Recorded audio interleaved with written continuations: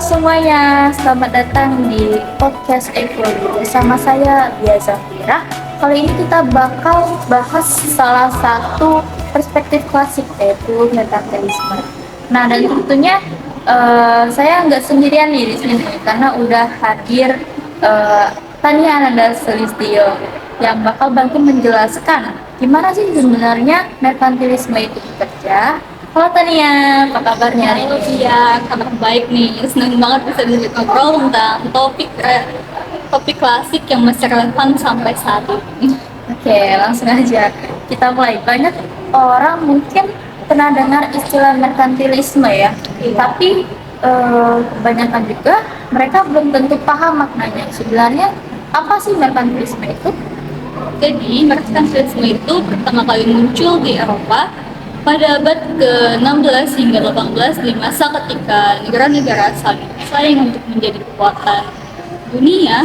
Nah, mereka tuh percaya bahwa kekayaan adalah dasar kekuasaan negara. Suatu negara kaya dan kuat apabila memiliki banyak emas, perak, yang dianggap sebagai simbol kemakmuran nasional begitu.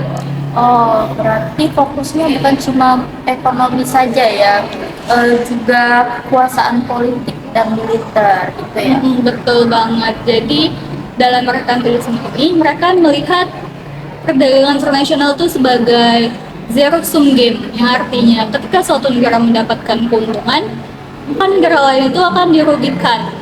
Oleh karena itu, setiap kebijakan ekonomi itu diarahkan untuk memperkaya negaranya sendiri agar bisa memperkuat politik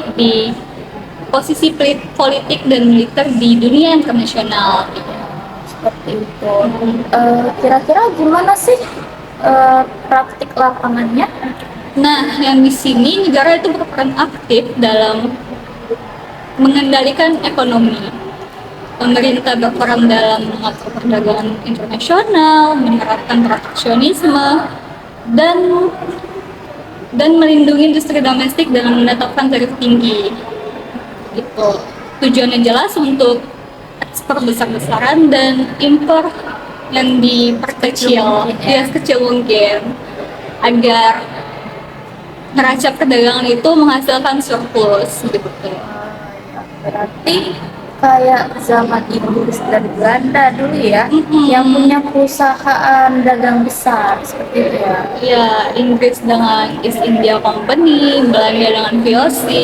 Yang keduanya merupakan simbol dari merkantilisme.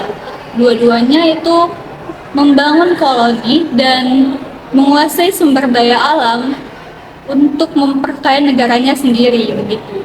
Oh, seperti itu. Menarik banget ya. Tapi kan sekarang zamannya udah modern ya. Kira-kira Betul. masih relevan nggak sih? Nah, ternyata pandangan ini tuh masih relevan sampai saat ini. Mereka itu kini dikenal sebagai neomerkantilisme. Misalnya dari Cina yang menerapkan kebijakan ekspor besar-besaran dan mengontrol nilai tukar mata uang untuk memperkuat daya saing nasional, atau mungkin kebijakan Amerika First di era Trump yang menetapkan tarif tinggi untuk melindungi industri domestik mereka begitu. Oh, seperti itu ya. Jadi, tapi merkantilisme ini ada kritiknya nggak sih? Untuk kritik, nah, kritik utama dari merkantilisme ini muncul dari ekonom liberal, yaitu Adam Smith, yang berpendapat bahwa proteksionisme itu justru menghambat perdagangan bebas dan pertumbuhan ekonomi global. Namun di sisi lain kita melihat bahwa merkantilisme itu menunjukkan kepada kita bahwa ekonomi, politik itu tidak dapat dipisahkan. Keduanya saling mempengaruhi untuk membentuk kekuasaan dan kepentingan nasional. Oh, seperti itu. Jadi intinya meskipun merkantilisme ini udah berabad-abad umurnya ya, udah tua Udah ya, tua, betul. semangatnya masih terasa sampai sekarang ya. Jadi merkantilisme ini bukan sekedar dari lama, tapi juga cerminan bagaimana negara itu mengaitkan politik dan ekonomi dalam membentuk kekuasaan nasional. Itu juga merkantilisme itu mengingatkan kita bahwa hubungan antara kekuasaan, ekonomi, kepentingan itu tidak dapat dipisahkan begitu. Seperti itu. Iya. Setuju banget. Oke deh. Kayaknya pembahasan kita udah cukup padat ya hari ini. Terima kasih banyak kan ya udah berbagi insight-nya. Ya, sama-sama. Terima kasih juga kepada Bia dan teman-teman yang udah menonton. Oke, buat teman-teman pendengar, terima kasih udah dengerin sampai habis ya. Kita akhiri, sampai jumpa. Bye.